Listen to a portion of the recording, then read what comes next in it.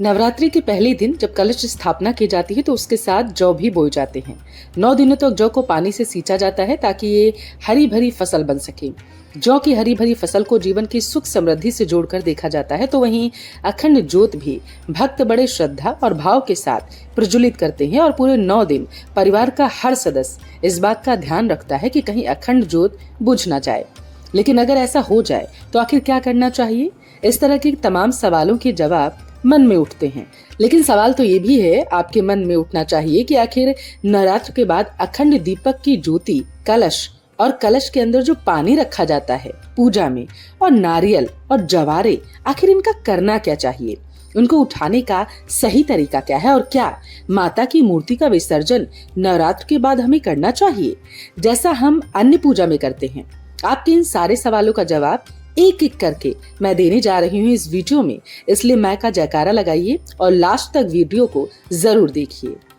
नवरात्र के बाद कलश के जल और जवारे का क्या करना चाहिए? नवरात्रि का पर्व समाप्त होने के बाद कलश के जल को पूरे घर में छिड़का जाता है और बचे हुए जल को किसी पेड़ में डाल दिया जाता है। वहीं हरी भरी जौ को लोग नदी या बहते जल में प्रवाहित कर देते हैं। अगर आप भी ऐसा करते हैं तो इस बार ऐसा ना करें। इस बार जवारे को जल में प्रवाहित करने की बजाय आप इसे प्रसाद के रूप में परिवार को, लोगों को दें। इसके लिए आप जवारे का रस भी निकाल सकते हैं। जवारे के जूस में fibre, selenium, iodine, flavonoids, vitamin C, E और क्लोरोफिल, जिंक और आयरन जैसे तमाम ऐसे पोषक तत्व हैं जो पाए जाते हैं। ये जूस सेहत का खजाना तो है ही, साथ ही पूरे 9 दिन आपने विधि विधान के साथ इनकी पूजा की है। माँ की शक्ति और पॉजिटिव एनर्जी इसमें जो आपको अंदर से पॉजिटिव बनाएगी वो हो जाती है। आप में अलग सा आत्मविश्वास देखने को मिलेगा। ध्यान देने वाली बात यह है कि अगर आपको गैस, एसिडिटी और पाचन तंत्र से जुड़ी कोई भी समस्या है तो जवारे का रस आपके लिए काफी फायदेमंद हो सकता है। जवारे का रस कैंसर से बचाव करने में मददगार है। इसमें तमाम ऐसे गुण पाए जाते हैं जो कैंसर की कोशिकाओं को पनपने से रोकते हैं। साथ ही ये ब्लड में ऑक्सीटोसिन की मात्रा को बैलेंस करता है। नवरात्र के बाद नवरात्रि के कुछ जवारों को परिवार के सदस्यों में बांट देना चाहिए। इसके बाद बड़ों से आशीर्वाद जरूर लें। कहते हैं हरे भरे जवारे देवी दुर्गा का आशीर्वाद है। इनके घर में होने से परिवार में क्लेश नहीं होता। जौ ब्रह्म स्वरूप है। सृष्टि के प्रारंभ में स्वयं ब्रह्मा जी ने जौ की उत्पत्ति की थी। इसे संसार का पहला अनाज भी माना गया है। कहते हैं नवरात्र में जो माँ दुर्गा को अर्पित कर आने वाली अच्छी फसल की कामना करी जाती है। जवारों को बर्तन से निकालकर किसी गमले में इसे लगा दिया जाता है। इनमें से कुछ जवारे निकालकर आप अपनी तिजोरी में भी रख सकते हैं। जहाँ पर आप पैसा रखते हैं वहाँ भी रख सकते हैं। इससे आपके घर में कभी धन की कमी नहीं होगी। नवरात्रि का जवार घर की समृद्धि का दरअसल प्रतीक माना जाता है। नवरात्रि में कई लोग बड़े विधि विधान के साथ माँ दुर्गा की प्रतिमा अपने घर में स्थापित करते हैं। इस दौरान वो कलश में जल भरकर 9 दिन तक रखते हैं। कलश के ऊपर नारियल रखते हैं। माँ दुर्गा के पास अखंड ज्योति भी जलाई जाती है और माँ दुर्गा की प्रतिमा के बगल में ही गमले में जवार भी उगाए जाते हैं।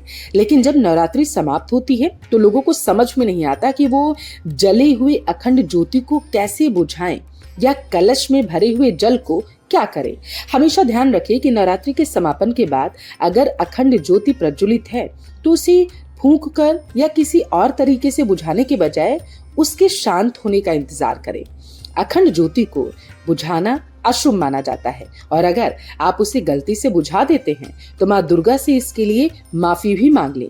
अखंड ज्योति के बुझने के बाद उसकी बत्ती को निकालकर अलग कर लें और अगर तेल बच गया है तो उसे तेल को आप दोबारा पूजा में इस्तेमाल कर सकते हैं।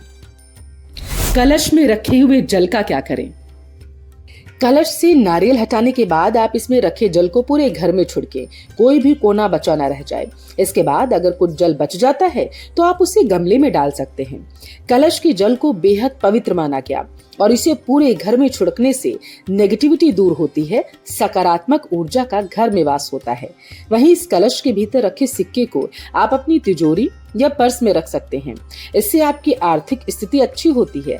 कलश के ऊपर जो नारियल रखा है उसे लाल कपड़े में बांधकर घर के मंदिर या तिजोरी में रख सकते हैं।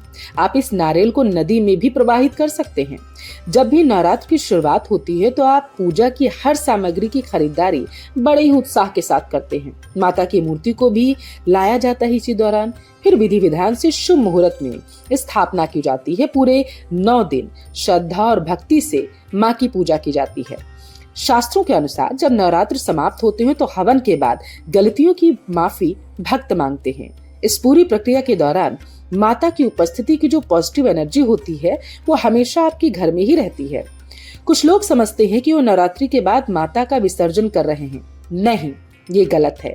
आप माता का नहीं बल्कि उनकी प्रतिरूप, उनकी मूर्ति का विसर्जन कर रहे हैं। नवरात्र में पॉजिटिव एनर्जी के रूप में आपके घर आकर मां अम्बे हमेशा आपके घर में ही निवास करती हैं। इसलिए आप मूर्ति का विसर्जन आराम से कर सकते हैं।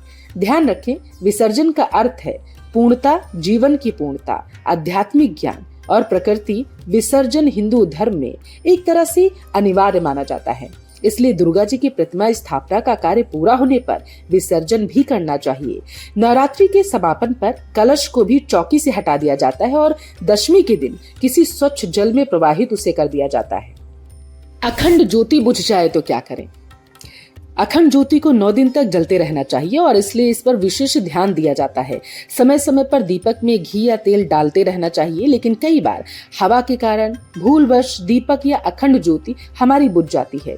कई बार तेल या घी डालना हम भूल जाते हैं और कई बार ऐसा होता है कि ऐसी परिस्थितियां बन जाती है कि अखंड ज्योति बुझ जाती है। ऐसी स्थिति में माँ दुर्गा से क्षमा मांगनी चाहिए और दीपक को फिर से जला देना चाहिए। दीपक को प्रज्वलित करते समय विशेष मंत्रों का आपको जाप करना चाहिए। वो मंत्र इस प्रकार हैं: ओम जयंती मंगला काली भद्रकाली कृपालिनी दुर्गा क्षमा शिवा धात्री स्वाहा स्वधा नमस्तुते। या फिर आप दूसरे मंत्र का उच्चारण भी कर सकते हैं: दीप ज्योति पर ब्रह्मा दीप ज्योति जनार्दना दीपो हरित में पापम संध्या दीपम नमस्तुते। इन मंत्रों का आप उच्चारण करें। नवरात्रि में विशेष इच्छाओं की पूर्ति के लिए अखंड ज्योति जलाई जाती है। अगर कोई साधक दीपक का पूरे 9 दिनों तक बिना बुझे लगातार ज्योत जलाता है तो उसे अखंड ज्योत कहा जाता है। अगर ये ज्योत लगातार जलती रहे तो इससे माता रानी की कृपा परिवार पर बनती है। अखंड ज्योति करने से घर में सकारात्मक और शक्ति का प्रवाह होता है। अखंड ज्योति करने से व्यक्ति को मानसिक और भावनात्मक शांति मिलती है। साथ ही अखंड दीप जलाने से व्यक्ति की आध्यात्मिक शक्ति बढ़ती है। अखंड ज्योति जलाने के दौरान सुरक्षा का विशेष ध्यान रखना चाहिए। ज्योति को ऐसे स्थान पर रखें जहां से दीप ना गिरे और ना ही किसी को चोट पहुंचे। विशेषकर बच्चों से ज्योति को दूर रखें। ध्यान रखें कि नवरात्रि में अखंड ज्योति आग्नेय दिशा में ही जलानी चाहिए, यानी ज्योति का रूप पूर्व और उत्तर दिशा में ही होना चाहिए। इससे माता प्रसन्न होती हैं।